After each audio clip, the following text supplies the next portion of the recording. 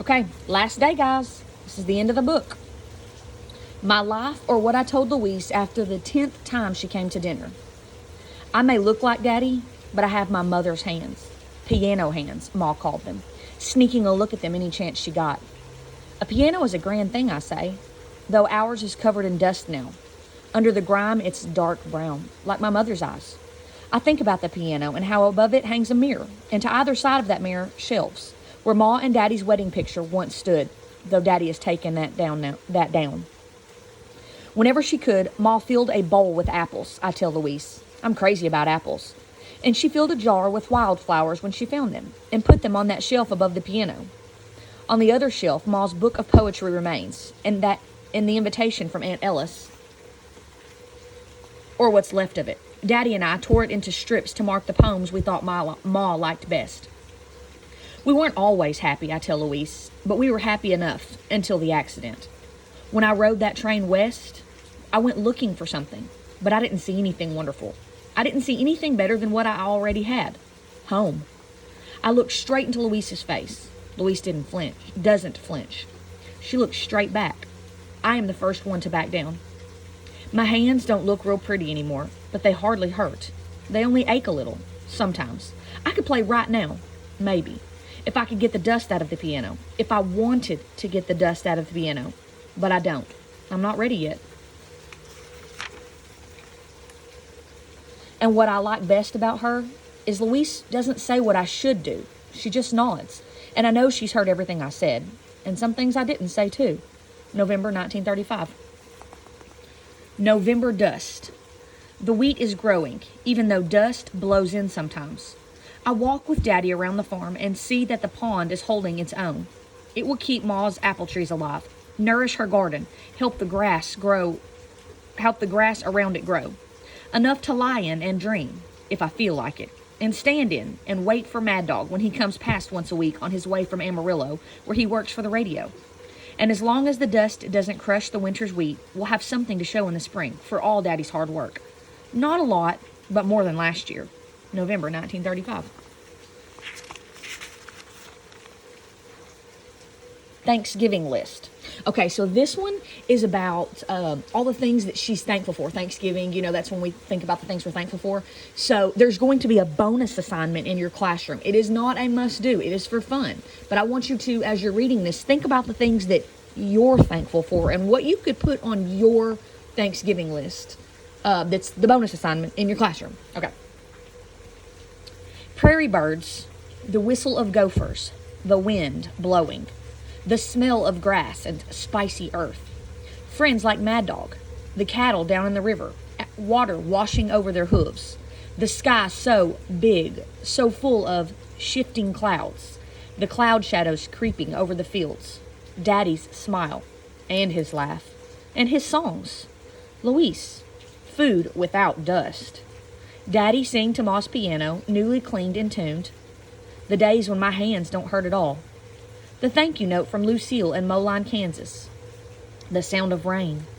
Daddy's hole staying full of water as the windmill turns. The smell of green, of damp earth, of hope returning to our farm.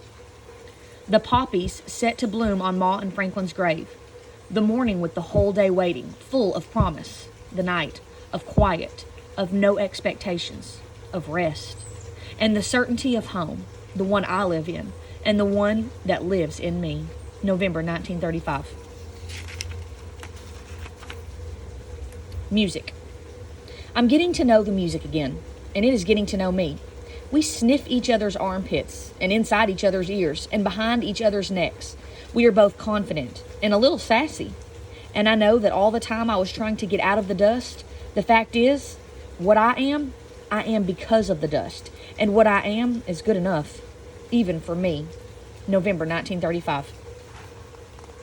Teamwork. Louise and I take walks after dinner. Every time she comes, by the time we get back, the kitchen looks pretty good. Daddy only leaves a few things he doesn't understand, like big pans and wooden spoons and leftovers. And that makes me a little irritated, but mostly it makes me love him. And Louise, knowing exactly what's left to be done, helps me finish up. She was my father's teacher at the night school. She never married. She went to college for 2 years and studied and worked. and didn't notice how lonely she was until she met Daddy and fell into the big hurt of his eyes. She knows how to keep a home. She knows how to cook. She knows how to make things last through winters and drought. She knows how to smooth things between two red-headed people. And she knows how to come into a home and not step on the toes of a ghost. I still feel grateful she didn't make cranberry sauce last month at the first Thanksgiving we spent together. Louise made sweet potatoes and green beans and turkey and 2 pies, pumpkin and chocolate.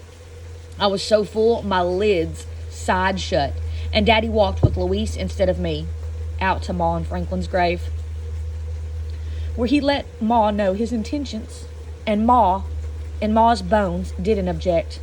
Neither did mine. And when they came back to the house, Daddy still cleaned the kitchen. December 1935. Finding a way. Daddy started talking about planting the rest of the acres in wheat. But then he said, no, let's just go with what we've got right now. And I've been playing a half hour every day, making the skin stretch, making the scars stretch. The way I see it, hard times aren't only about money or drought or dust. Hard times are about losing spirit and hope and what happens when dreams dry up. The tractor's busted. We don't have the cash to fix it. But there's nothing saying Daddy can't do the work by hand. It can't be any harder than digging a hole 40 by 60 by 6 feet deep. Hey, you should go outside. Not today because it's raining. But, well, it's raining when I recorded this. But, little hint, it may not be raining the day you read this. But you should go outside and mark off a 60 by 40 foot square. And just really look at how big that is if you can. Okay, sorry. Daddy bought a second mule with Louise's help. Her betrothal gift to him. He walks behind the team, step by step, listing the fields to fight the wind. Maybe the tractor lifted him above the land. Maybe the fields didn't know him anymore, didn't remember the touch of his heat, or the stroke of his hand, or the bones of his knees. And why should wheat grow for a stranger? Daddy said he'd try some sorghum, maybe some cotton, admitting as how there might be something to this nation of diversification folks were talking about. And yes, he'd bring the grass back like Ma wanted. Where he wasn't planting anything else, he'd make new sod. And I'm learning, watching Daddy, that you can stay in one place and still grow. I wipe dust out of the roasting pan. I wipe dust off Ma's dishes. And wait for Daddy to drive in with Louise, hoping she'll stay a little later, a little longer, waiting for the day when she stays for good. She wears a comical hat with flowers in December, and when she smiles, her face is full enough of springtime, it makes her hat seem just right. She brings apples in a sack. Perfect apples she arranges in a bowl on the shelf, opposite the book of poetry. Sometimes, while I'm at the piano, I catch her reflection in the mirror, standing in the kitchen, soft-eyed, while Daddy finishes chores. And I stretch my fingers over the keys, and I play. December 1935. That's the end, guys. Did you love it? It was a book full of hardships and life lessons, but in the end, did you see that she grew? And even though things got really hard, she sucked it up and she changed. And look at how the story ended. She lost so much, but she gained so much more. And she didn't let those things that she lost disappear forever. She just added them to her life. Think about that. Can you apply a lot of parts of this story to your life? Okay, we're going to start a new book tomorrow.